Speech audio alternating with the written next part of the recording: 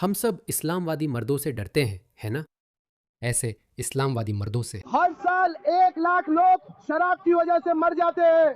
हम लोकतंत्र से तंग आ चुके हैं और हम आपको एक विकल्प देने के लिए यहाँ है और वो है शरीयत, वो है इस्लाम। हमारे लोग ईसाई हैं, अपने चारों ओर देखो, क्या तुम्हें भ्रष्टाचार नहीं दिखता? इस गोरे धर्मांतरित को देखो, कितना बेवकूफ है।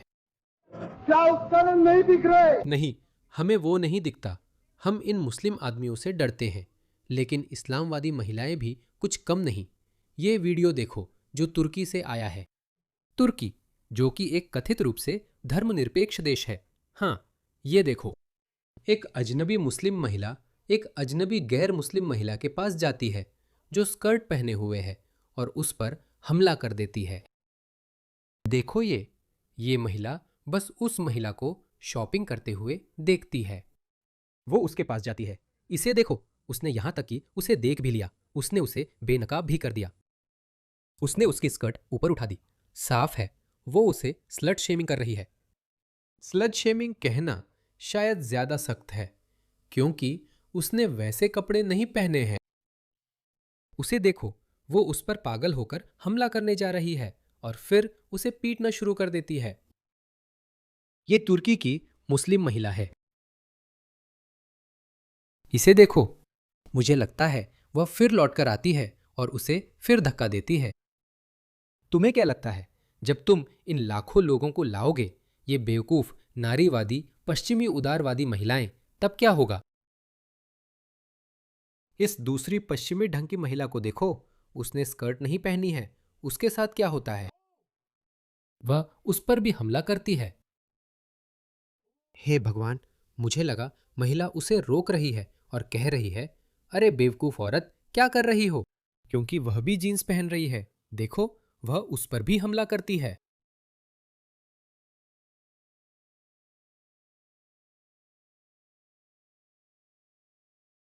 इसे देखो। हे भगवान, आपको क्या लगता है, जब आप लाखों लोगों को लाएंगे तो क्या होगा?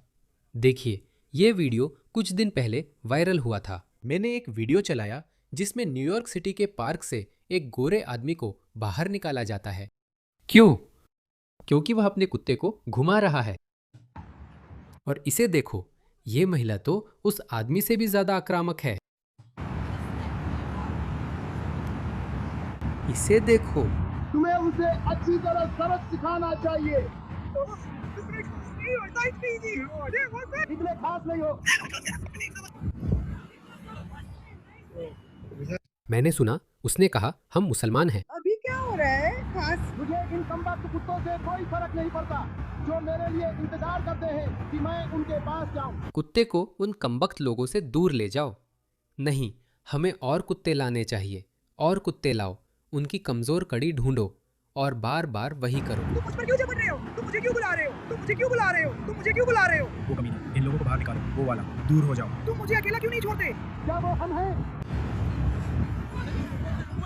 इन लोगों को बाहर निकालो। क्या वो वाला है? कुत्ते से आदमी, हम बाहर जा रहे हैं।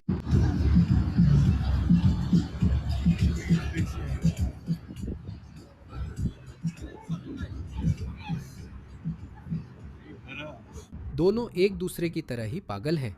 ये दोनों उतने ही पागल हैं। अधिकार जताने वाला बिगड़ैल बच्चा। हम तुम्हारे साथ चलेंगे बेटे, इसके बारे में मुझे नहीं पता।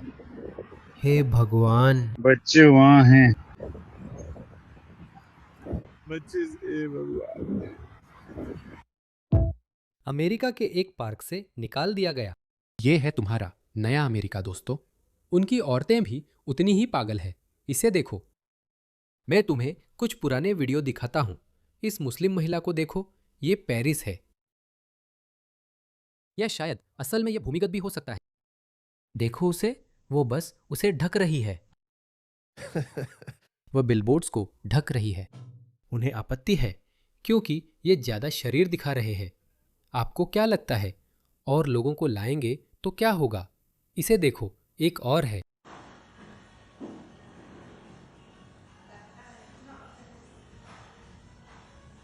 इसे हटा दिया गया है। ये यूरोपियन लाइव्स मैटर है। उससे फर्क नहीं पड़ता, पर वो कहती है हमारी जिंदगियां मायने रखती है। अगर साबित करना है तो तुम्हें मारना पड़े तो ठीक है। इस औरत को देखो, इस खुद को हकदार समझने वाली औरत को देखो, और इन्हें कानूनों की कोई इज्जत नहीं है, ना ही स्थानीय संस्कृति, कानूनों या रिवाजों की कोई इज्जत है। कुछ नहीं, जब मैं पहली बार ऑस्ट्रेलिया आया था मैंने देखा कि आप पार्क नहीं कर सकते। मेरे चाचा ने मुझे बताया था कभी भी विकलांगों की जगह पर पार्क मत करना, आपको बड़ा जुर्माना लगेगा। मैंने विकलांगों की जगह कभी पार्क नहीं किया, शायद एक पल के लिए जहां रुकना मना होता है वहां रुका, पर सड़क के बीच वाली ऐसी जगह पर नहीं। लेकिन आप जानते हैं, जब आप कहते हैं नहीं गाड़ी रोकना मना है, हाँ गाड़ी रोकना मना है। मुझे एक बार बहुत पहले जुर्माना मिला था और मैं ऐसा था, जानते हो क्या, छोड़ो ये सब, कभी ऐसा मत करना। लेकिन ऑस्ट्रेलिया भी बिखर रहा है। मैंने देखा है कि तीसरी दुनिया के देशों से आए लोग पार्किंग और सड़क के संकेतों व नियमों का सम्मान नहीं करते। यही होता है जब आप तीसरी दुनिया की संस्कृतियों से लोगों को लाते हैं। इस महिला की बात सुनिए। मेरी बेटी विकलांग है और आप विकलांग पार्किंग में गाड़ी लगा रहे हैं। आपसे मिलकर अच्छा लगा। ठीक है, सोच रही थी कि क्या मैं ये जगह ले सकती हूँ, क्योंकि आपके पास कोई विकलांगता नहीं दिखती, तो आप देख सकती हैं कि कौन विकलांग है। ठीक है, मेरी बेटी सच में विकलांग है। तो हम ये सब दिखावा भी हो सकता है, ठीक है, ये दिखावा भी हो सकता है, लेकिन बात वही है। मैंने कई लोगों को देखा है, यह दिखावा या नाटक भी हो सकता है, लेकिन मैं अपनी बात पर कायम हूं, क्योंकि भले ही यह क्लिप असली न हो, लेकिन जो मुद्दा वे दिखा रहे हैं वह 100% असली है। मैं यही पार करना चाहती हूँ, तो हमें यहाँ आसानी होगी। नहीं, आप दूसरी पार्किंग देख सकती हैं। हमें वहाँ दरवाजों तक आसानी से पहुँचने का रास्ता मिल जाता है। मुझे लगता है आप अपना समय बर्बाद कर रही हैं, किसी और जगह जाइए। मुझे लगता है आप अपना समय बर्बाद कर रही हैं। मुझे लगता है आप झूठ बोल रही हैं। आप मुझे झूठा कैसे कह सकते हैं? क्या मैं झूठ बोल रहा हूँ? मेरी एक विकलांग बेटी है, बहुत बड़ी जगह है।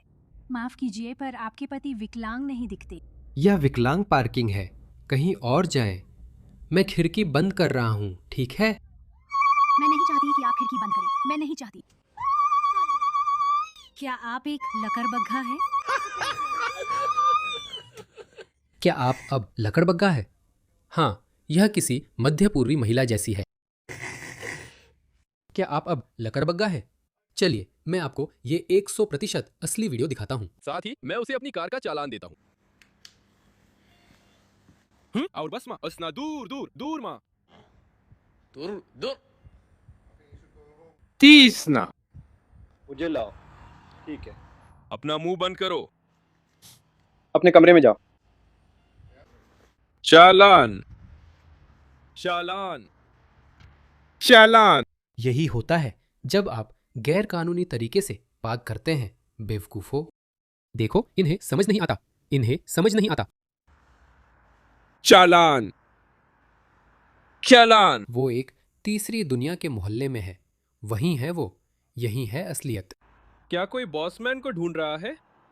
वो यही है बॉस, मुझे आपका बैज नंबर चाहिए। इसे देखो, इन्हें कोई फर्क नहीं पड़ता। इनके अपने मूल्य हैं, इनकी अपनी परंपराएं हैं जिनका ये पालन करते हैं। पश्चिमी कानूनों की इन्हें कोई परवाह नहीं है।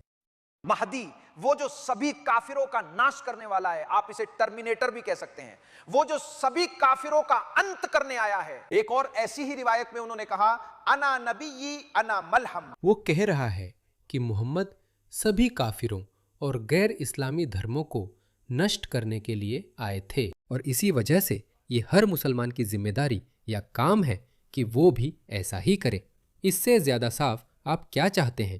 मैं कत्ले आम का नबी हूं, मलहमा यानी हर जगह खून खराबा, ये रसूलुल्लाह खुद अपने बारे में कह रहे हैं। लोग सोचते हैं कि रसूलुल्लाह सिर्फ सूट बूट पहनते, सैमसंग और मैकबुक इस्तेमाल करते, काम पर जाते, खरीदते बेचते और काफिरों के साथ रहते थे, बस अस्सलाम वालेकुम या हेलो कहते थे। तुम्हारे लिए तुम्हारा धर्म, मेरे लिए मेरा धर्म। धर्म में कोई जबरदस्ती नहीं। कई बार मुसलमान कहते हैं कि यह एक मुस्लिम विद्वान बता रहा है कि इस्लाम का मतलब यही नहीं है, और मोहम्मद साहब का संदेश भी यही नहीं था। मोहम्मद साहब ने खुद कहा था कि मैं आतंक फैलाने के लिए आया हूं। और जॉर्ज अब्दुल वाहिद की तरह जियो। दुश्मनों के दिलों में डर बैठाकर मुझे 1 महीने की दूरी तक फतह मिली है। अगर रसूलुल्लाह आज होते तो ये लोग उन्हें आतंकवादी कहकर ग्वांतानामो में भेज देते। हाँ, अगर मोहम्मद साहब आज जिंदा होते तो वो बहुत क्लासी होते, वो दुनिया के सबसे बड़े आतंकवादी होते। तो यही वह विचारधारा है जिसे ये बेवकूफ़, वोक, वामपंथी पागल लोग पश्चिम में ला रहे हैं और उन्हें लगता है कि कुछ बदलने वाला है। मैं बस समझ नहीं पा रहा हूं कि इस पागलपन पर और ज़्यादा अड़ने की इच्छा क्यों है। मान लिया शुरू में आपको पता नहीं था कि ऐसा होने वाला है, लेकिन अब आप अनजान बनने का नाटक नहीं कर